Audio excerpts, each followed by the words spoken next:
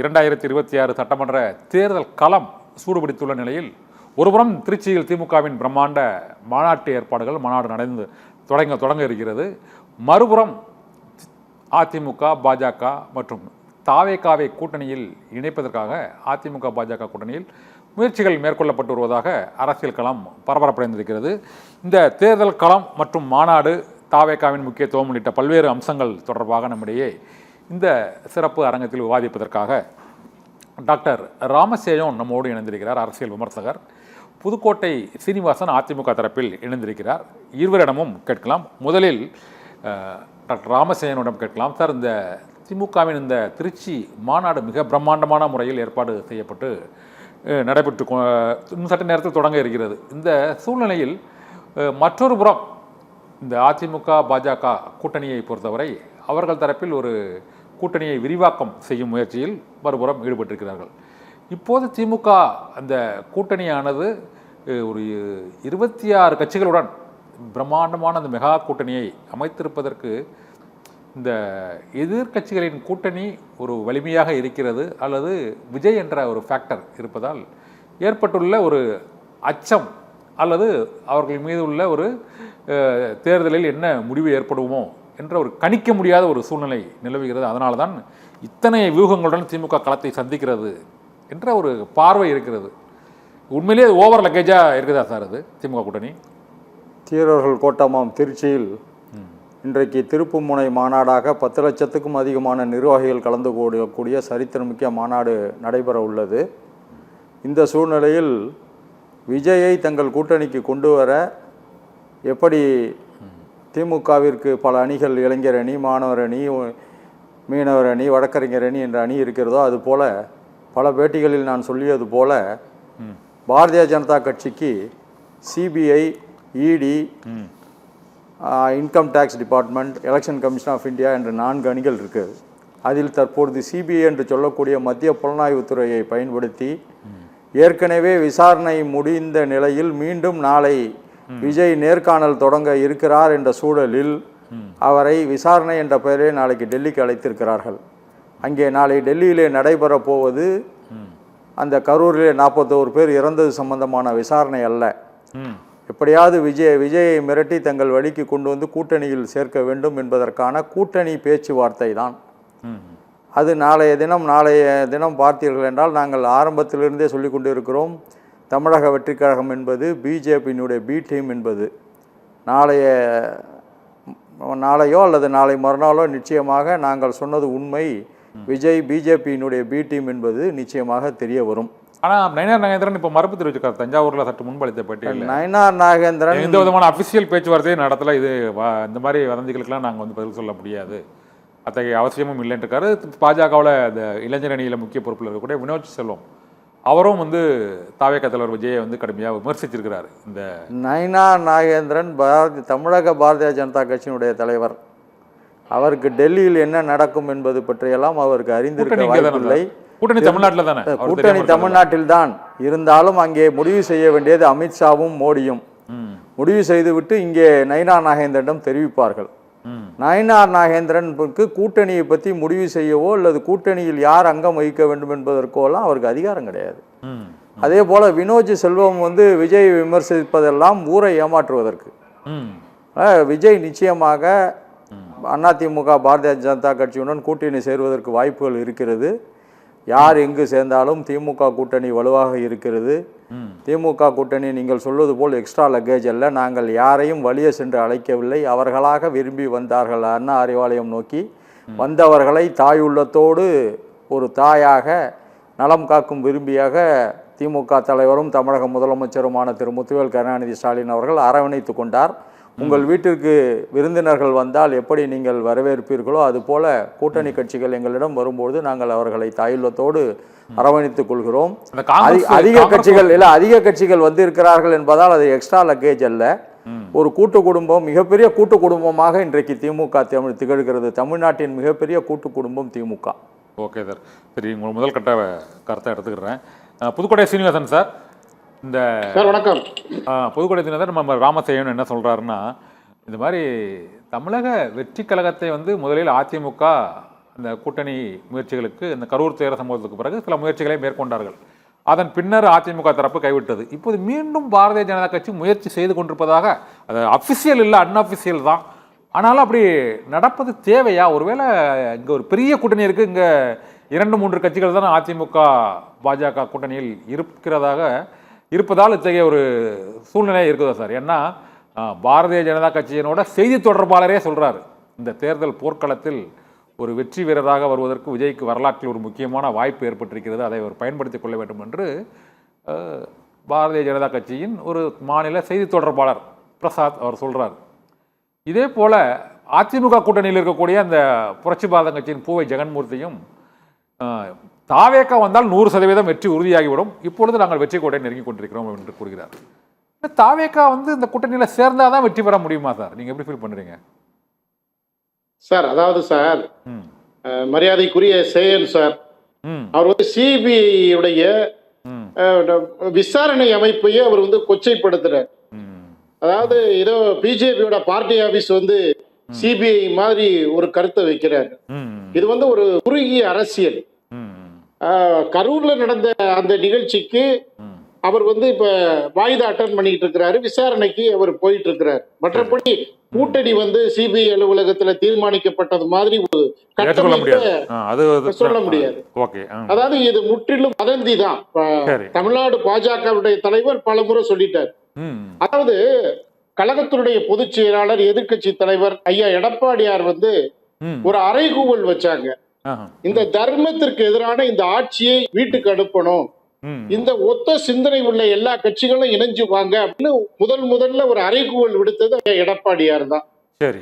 இந்த கருத்தை ஏத்துக்கிட்டு இவங்க வர்றதுக்கு முன்னாடி தாவேகா தரப்புல அவங்க நிறைய அவருடைய இதெல்லாம் வச்சாங்க, ஆட்சியில் பங்கு, அதிகாரத்தில் பங்கு, அதெல்லாம் சொன்னாங்க. அதாவது ஒரு கட்சி ஒரு கூட்டணி சேரணும் அப்படின்னம்னா ஒரு பொது நலத்திற்காக, பொது நோக்கத்திற்காக ஒண்ணு சேரணும். அது இல்லாம அவங்க ஒரு தனிப்பட்ட சித்தாந்தத்தை உள்ள வச்சுட்டு ஒரு அஜெண்டாவை வச்சுக்கிட்டு அந்த மாதிரி எல்லாம் அவங்க நினைச்சாங்க. அதுல இருந்து விலகிடுச்சு அந்த கூட்டணி. அவர் தனியா நிக்கிறாருன்ற அந்த முடிவுல அவர் வந்துட்டாரு அப்படின்னு சொல்லிட்டு என்டிஏ அதிமுக தலைமையிலான கூட்டணி வெகு தொலைவு வந்துவிட்டது. இப்ப அதிமுக தேர்தல் பரப்புரையில மக்கள்கிட்ட என்னென்ன வாக்குறுதி கொடுத்தாங்களோ அந்த வாக்குறுதிகளை இவர் காப்பி பண்ணி அறிவிச்சிருக்கிறார். அதாவது தாலிக்கு தங்கம் ஏற்கனவே அதிமுக ஆட்சியில் இருந்த பொழுது கொடுத்து, அதற்கு பிறகு ஐயா சிலிண்டர் 3 சிலிண்டர் சொல்லியிருக்கிறாரு, இப்ப ஒரு 6 சிலிண்டர் சொல்லியிருக்கிறாரு. அதிமுக 2000 வச்சு 2500 இந்த வாக்குறுதிகளை கொடுத்திருக்கிறார். காப்பி தான். அப்ப இவருக்கு ஒரு சுய அரசியல் நிர்ணயம் கிடையாது. இன்னைக்கு விஜயை பொறுத்தவரையும் பிரச்சனைகள் அவருக்கு நிறைய பர்சனலாவே கூடி இருக்கு. அதுக்கு தான் அரசியல் காரணம் இருக்குன்னு நினைக்கிறீங்களா சார்? புதுக்கோட்டை சீனிவாசன் சார், அவருக்கு இந்த சென்சார் விவகாரம், இந்த சமன் விவகாரம், இது தவிர சில குடும்ப பிரச்சனைகள், இது எல்லாத்துக்குமே அரசியல் தலையீடு இருக்குன்னு நினைக்கிறீங்களா சார்? அவருடைய மனைவி திருமதி சங்கீதா விஜய் அவங்க இன்னைக்கு விவாகரத்து கேட்டு நீதிமன்றத்துல நிக்கிறாங்க. ஜனநாயகன் படம், இதெல்லாம் எப்படி அரசியலா சொல்ல முடியும்? அவர் தொழில் சம்பந்தப்பட்டது, குடும்ப சம்பந்தப்பட்டது. இரண்டாவது தாவேகாவுடைய அந்த தொண்டர்கள்லயே இன்னைக்கு ஒரு விதமான கருத்துக்கள், எதிர்மறை கருத்துக்கள் இன்னைக்கு சமூக ஊடகங்கள்ல வெளியில வந்துருச்சு. அப்ப தாவேகா எந்த நோக்கத்திற்காக கட்டமைக்கப்பட்டது, இது எங்க போய்கிட்டு இருக்குது, அதோடைய வழி சரிதானா, அதை எடுத்து செய்யறதுக்கு பயிற்சி உள்ள ஆட்களும் இல்ல. ஒரு தலைவர், பண்பட்ட தலைவராகவும் விஜய் தன்னை தமிழக மக்கள்கிட்ட முன்னிலைப்படுத்திக்கலைங்கிறதா இன்றைக்கு ஒரு பொதுவான பார்வை. ஒருவேளை புதுக்கோட்டை சீனிவாசன் சார், ஒருவேளை இந்த சர்ச்சைகள் அரசியல்ல நிரந்தர நண்பரும் இல்லை எதிரியும் இல்லை என்ற கருத்துக்கேற்ப ஒருவேளை தாவேகா இந்த அதிமுக பாஜக கூட்டணியில் இணைய நேர்ந்தால் அது உங்களுக்கு வெற்றிக்கு உதவுவதாக இருக்குமா? நீங்க என்ன ஃபீல் பண்றீங்க? வாய்ப்பே இல்லைங்கிறீங்களா? அதிமுகவுடைய பொதுச் செயலாளர் பச்சை தமிழன் ஐயா எடப்பாடியாரை முதலமைச்சராக ஏற்றுக்கொண்டு நாங்க முதல்ல இருந்து அததான் சொல்லிட்டு இருக்கிறோம். பச்சை தமிழர் பன்னீர்செல்வம் சொல்றாங்க, எடப்பாடி சொல்றீங்க, ரெண்டு பேருமே பச்சை தமிழர் தான் சார். புரட்சி தமிழன் சார், புரட்சி தமிழன், புரட்சி தமிழன், புரட்சி தமிழன் ஐயா எடப்பாடியார தமிழ்நாட்டினுடைய முதலமைச்சராக இந்த கூட்டணியில இதைத்தானே நாங்க கடந்த காலத்திலையும் சொன்னோம், இப்பயும் சொல்றோம். எப்ப தேர்தல் அறிவிக்கிற வரையும் நாங்க எங்களுடைய நிலைப்பாடு மாறலையே. ஐயா எடப்பாடியோட நிலைப்பாடு மாறவே இல்லையே. திமுக ஆட்சி புதுக்கோட்டை சீனிவாசன் சார், ஒரு சின்ன செய்தி, ஒரு சின்ன தகவல், ஒரு உங்களுக்கு தகவலாக தான் சொல்கிறத, இது அப்போ அன்அஃபிஷியல் தான். இதில் வந்து தமிழக வெற்றி கழகம் இந்த தேசிய ஜனநாயக கூட்டணியில் இணைந்தால் அவருக்கு துணை முதலமைச்சர் பதவி, 70 எம்எல்ஏக்கள் சீட் மற்றும் அமைச்சர்கள் 5 அமைச்சர்கள் என்றெல்லாம் தேசிய ஜனநாயக கூட்டணியில் அவரிடம் ஆந்திர மாநிலத்தில் உள்ள நடிகர் மூலமாக ஒரு பேச்சுவார்த்தை நடைபெற்று வருவதாக ஒரு தகவல் வருது. ஒருவேளை இது போன்ற ஒரு உடன்பாடு ஏற்பட்டால் அந்த முதலமைச்சர் பதவியை வந்து பகிர்ந்து கொள்வதற்கு அதிமுக தலைமை முன் வருமா, அல்லது தங்களது கூட்டணியில் அது தேசிய ஜனநாயக கூட்டணி கட்சி பாரதிய ஜனதா கட்சியின் நிபந்தனைகள் என்று அதை புறந்தள்ளி விட்டு போயிருவீங்களா? இல்ல, நிபந்தனைகளே இங்கே வந்து இந்த கூட்டணிக்கு பொருந்தாது. ஒரு தேசிய கட்சியே உள்துறை அமைச்சரும் ஐயா இவரு பிரதமர் ஐயாவும் சரி, எல்லா வகைகளிலையும் ஒரு முழு அதிகாரம் தமிழ்நாடு அரசியல் 26 சட்டப்பேரவையை பொறுத்தவரையும் கழகத்துடைய பொதுச் செயலாளர் ஐயா எடப்பாடியார் அவருடைய இதுதான் டிசைடிங் அத்தாரிட்டி அதிமுக. அதனால ஐயா எடப்பாடியார் ஒதுக்குற தொகுதி எடுக்கிற முடிவு தான் இந்த என்டிஏ கூட்டணிக்கு சரியா இருக்குமே தவிர நிபந்தனையோட வர்றதுக்கெல்லாம் வாய்ப்புங்கிறது மிகவும் குறைவு. அது மாதிரி ஒரு சாத்தியக்கூறு இருக்கிறதா இதுவரையும் தெரியல. ஓகே, அது வந்து ஒருவேளை அப்படி ஒரு சூழ்நிலை வந்தால் அதை ஏற்றுக்கொள்ளாமா ஏற்றுக்கொள்ள முடியாது சொல்றீங்களா சார்? நீங்க எப்படி ஃபீல் பண்றீங்க? அததான் சொல்றேன். அதிமுகவினுடைய அதிமுகவினுடைய நோக்கம் இன்றைக்கு வந்து திமுகவை அப்புறப்படுத்துறதுக்கு ஐயா எடப்பாடியாருடைய தலையை ஏற்றுக்கொண்டு வருகின்ற கூட்டணி. அது இந்த கட்சியா இருந்தா அதை பத்தி ஒன்னும் அது எதிர்கருத்து இல்ல. இன்னைக்கு திமுகவை அப்புறப்படுத்துறதுக்கு அந்த நோக்கத்தை மட்டுமே மையப்படுத்தி வரணும். வந்தா என்டிஏ கூட்டணி அதிமுக கூட்டணி யாரா இருந்தாலும் வரவேற்கும். ஆனா அது ஒரு நிபந்தனைகளோட வர்றதா இருந்தா அது சாத்தியம் இல்ல, அது பொருந்தாது. ஏன்னா காங்கிரஸ் நம்பி நீண்ட தூரம் பயணம் பண்ணி காங்கிரஸ் வந்து விஜய காமிச்சு சீட்டு வாங்கிட்டு அவங்க ஜம்ப் ஆயிட்டாங்க. அப்ப தாவேக அரசியல்ல அவரை நம்பி இருக்கிற அரசியல் தொண்டர்களுக்கும் அவரை நம்பி வந்திருக்கிறவங்களுக்கு வழிகாட்டணும் அப்படின்னா அவங்க வந்து நிறைய மனமாற்றங்கள் அவங்களுக்கு தேவை.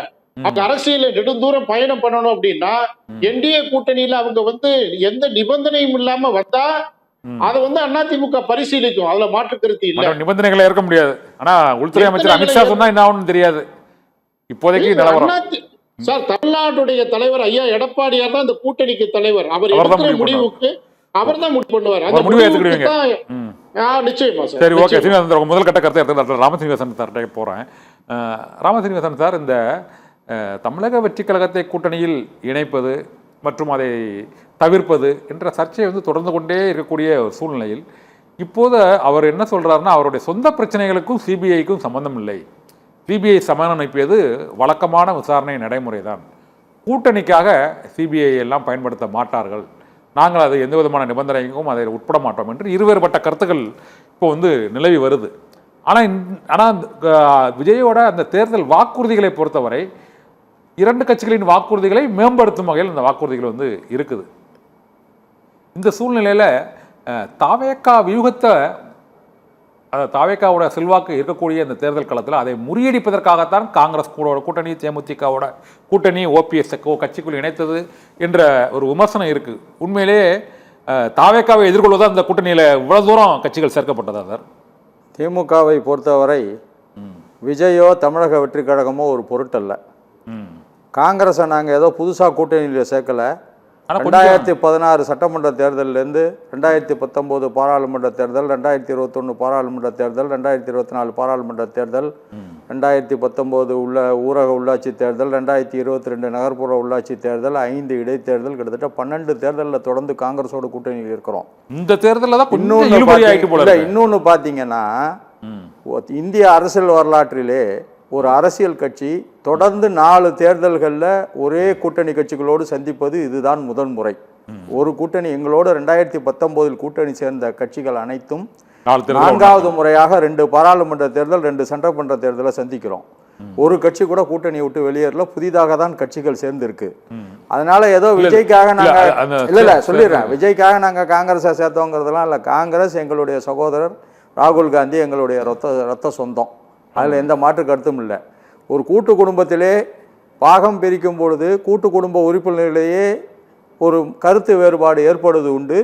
அதை கூட்டு குடும்ப தலைவரான திரு முத்துவேல் கருணாநிதி ஸ்டாலின் அவர்கள் தாய் உள்ளத்தோடு அரவணைத்து யாருக்கு என்ன கொடுக்க வேண்டும் என்று அவருக்கு தெரியும்.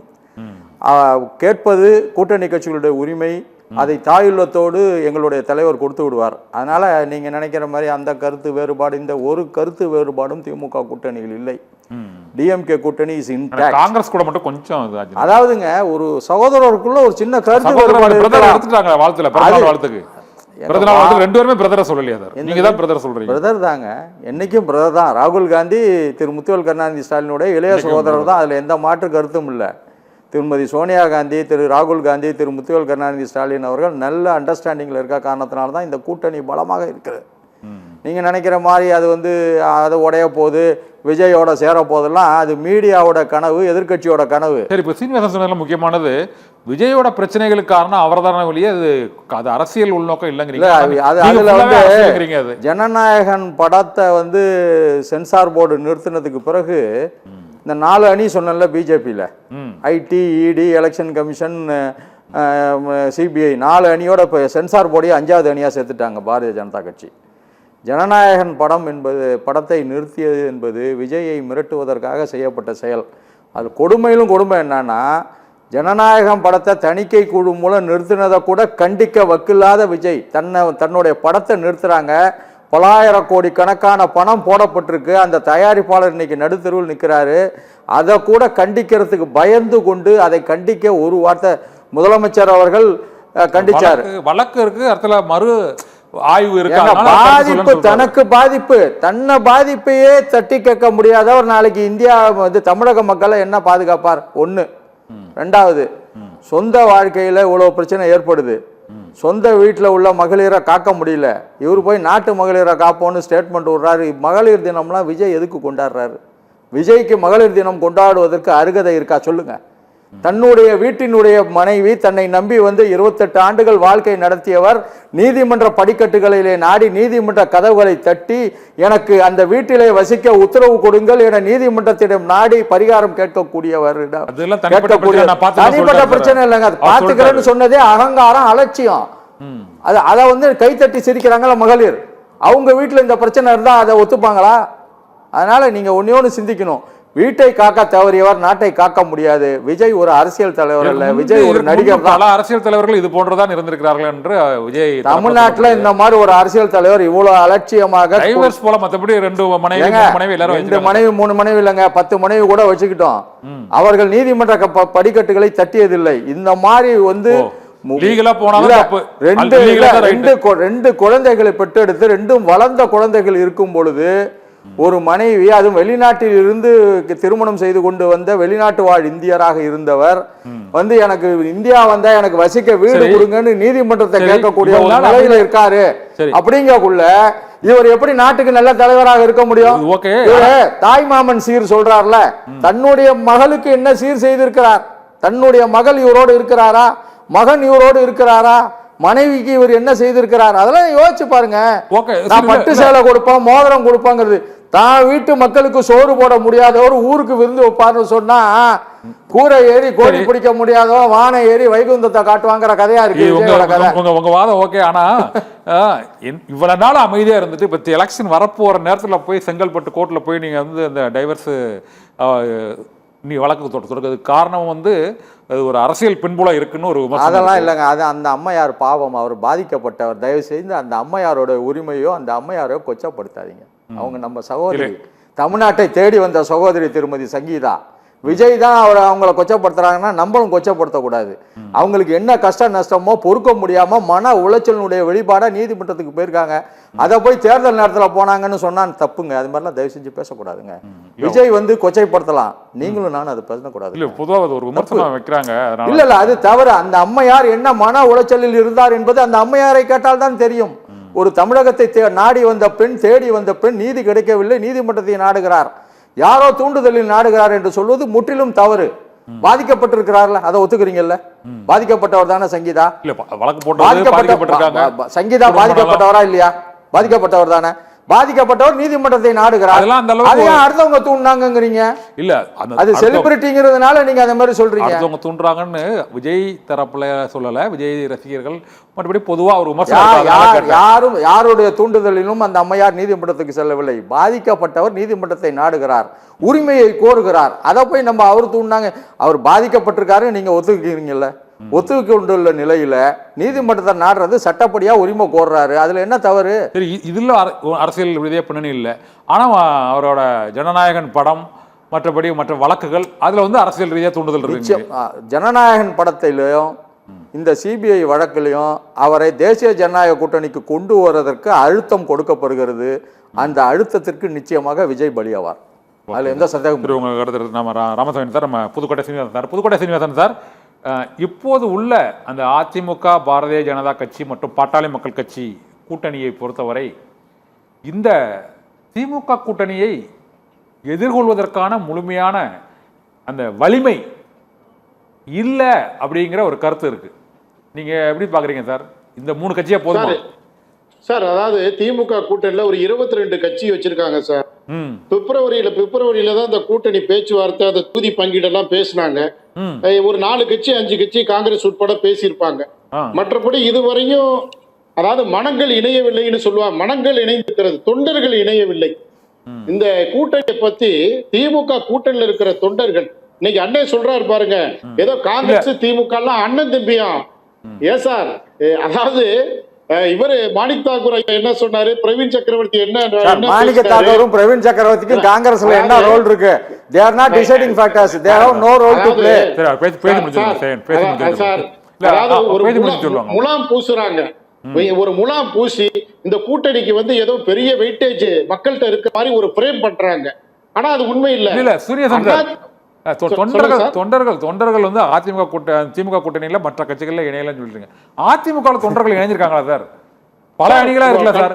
சசிகலா ஒரு அணி, டிடிவி ஒரு அணி, ஓபிஎஸ் ஒரு அணியா இருந்து இப்ப திமுக இணைஞ்சிருக்காரு. ஏன் அதிமுக ஒரு அணியா இல்ல? கட்சியே ஒரு அணியா இல்ல, கூட்டணி தான் ஒரு அணியா இல்லங்கிறீங்க சார். ஓபிஎஸ் திமுக ஓடி போயிட்டாரு, அவரை விட்டுருங்க. அது அவர் அதிமுகவே கிடையாது, அதிமுக இருந்து நீக்கப்பட்ட ஒருவர். அது மாதிரி அண்ணன் டிடிவி வந்து தனி கட்சி வச்சிருக்கிறாரு. சசிகலாமா கட்சியால் நீக்கப்பட்டவங்க. அதனால கட்சி என்பது 2 கோடி தொண்டர்களுக்கு தலைவன் ஐயா புரட்சி தமிழன் ஐயா எடப்பாடியார் தான். அதிமுகன்றது ஒரு ஒன்றுபட்ட அதிமுக ஐயா எடப்பாடியார் தலைமையில இயங்குது. அப்ப இங்க இவருடைய செயல்பாடு மக்கள் அப்ப இன்னைக்கு வந்து தமிழகத்தை மக்களை காப்போம், தமிழகத்தை காப்போம்ன்ற அந்த பிரச்சாரம் இன்னைக்கு தமிழக மக்கள்கிட்ட நேத்து நடந்த அந்தியூர் நிகழ்ச்சியிலிருந்து 193 தொகுதியை இன்னைக்கு மக்களை சந்திச்சிருக்கிறாரு பொதுச் செயலாளர்.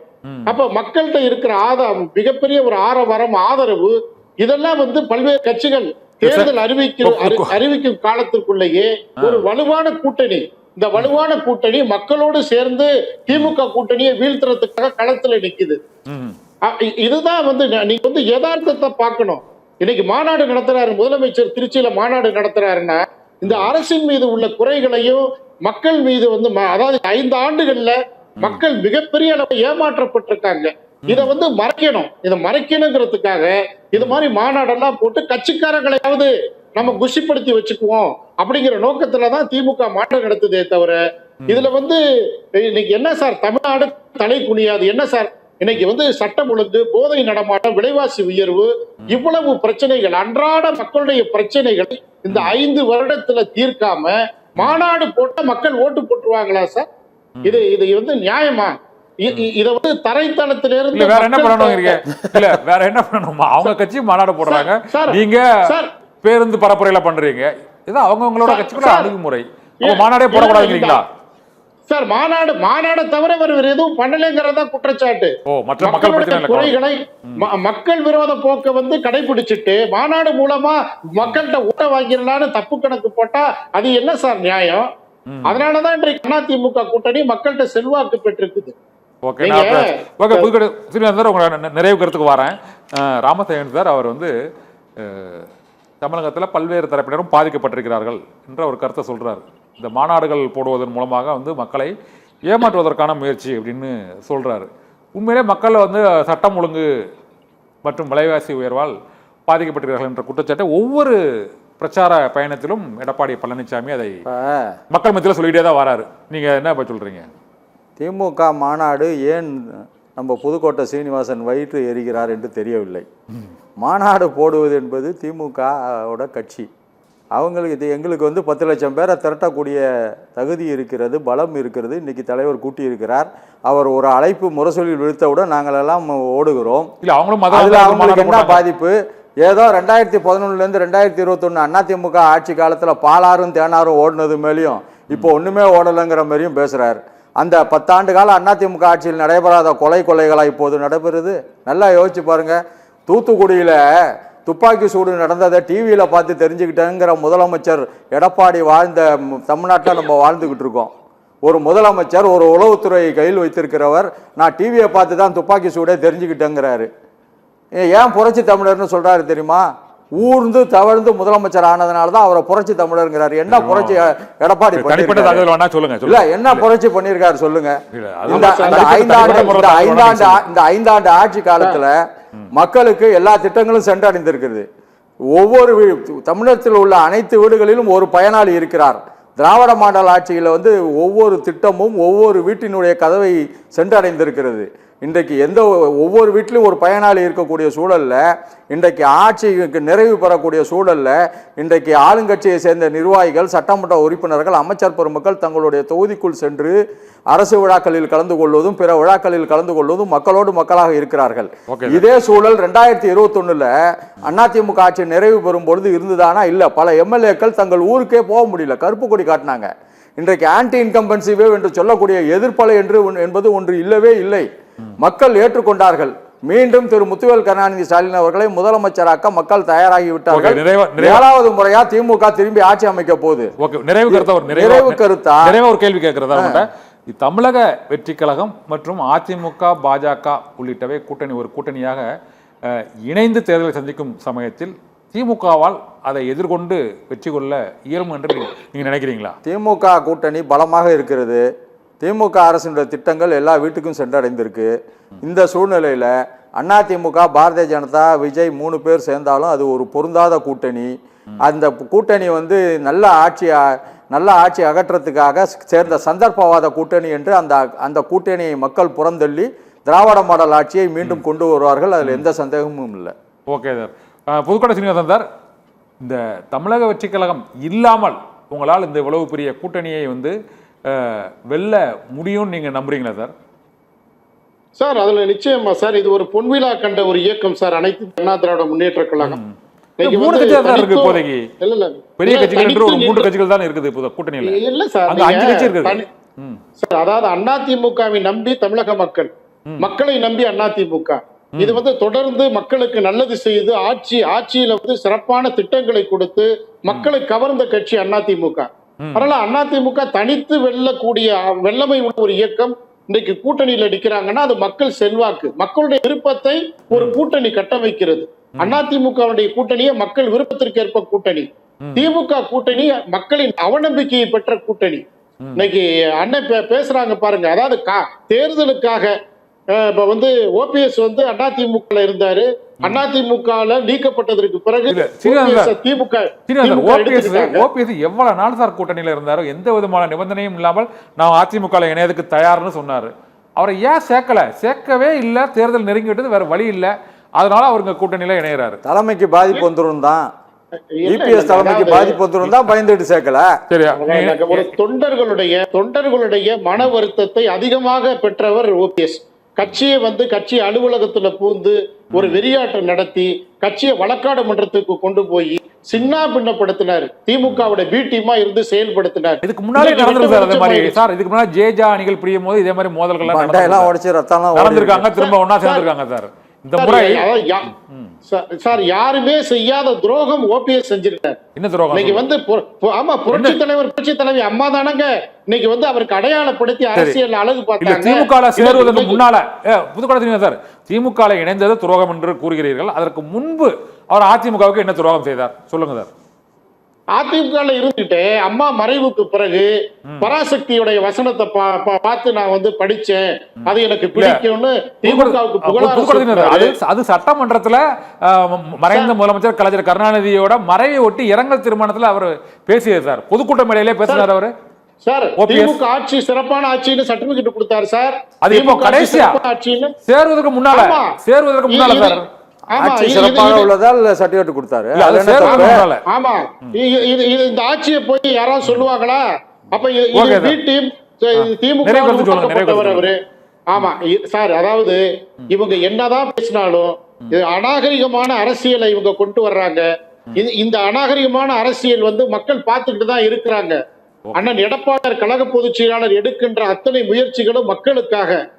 திமுக கூட்டணி எடப்பாடிக்கு வந்து நிதிஷ்குமார் நிலைமை ஏற்பட்ட போது பொதுச் செயலாளர் பதவியை காப்பாத்திக்க சொல்லுங்க. நீங்க வருத்தப்பட வேணாம். நீங்க வருத்தப்படணும் அப்படின்னா நீங்க தேர்தலுக்கு பிறகு வீட்டுக்கு போவீங்க பாருங்க, அப்பதான் நீங்க வருத்தப்படணும். நீங்க சட்டப்பேரவை தேர்தல் உங்களுக்கு நல்ல பாடத்தை கொடுக்குறத நான் பதிவு செய்யறேன். ஓகே, புதுக்கோட்டை சார் நன்றி. ராமச்சந்திரன் சார் மிக்க நன்றி. இந்த தேர்தல் சதுரங்கத்தில் வந்து எங்களோடு கலந்து கொண்டு அதிமுக திமுக தரப்பில் பல்வேறு கருத்துக்களை, தற்போதைய அரசியல் நிலவரத்தை முன்னிறுத்தி கருத்துக்களை பகிர்ந்து கொண்டமைக்கு மிக்க நன்றி. மற்றொரு ஆளுமைகளுடன் தேர்தல் சதுரங்கத்தில் சந்திப்போம். நன்றி.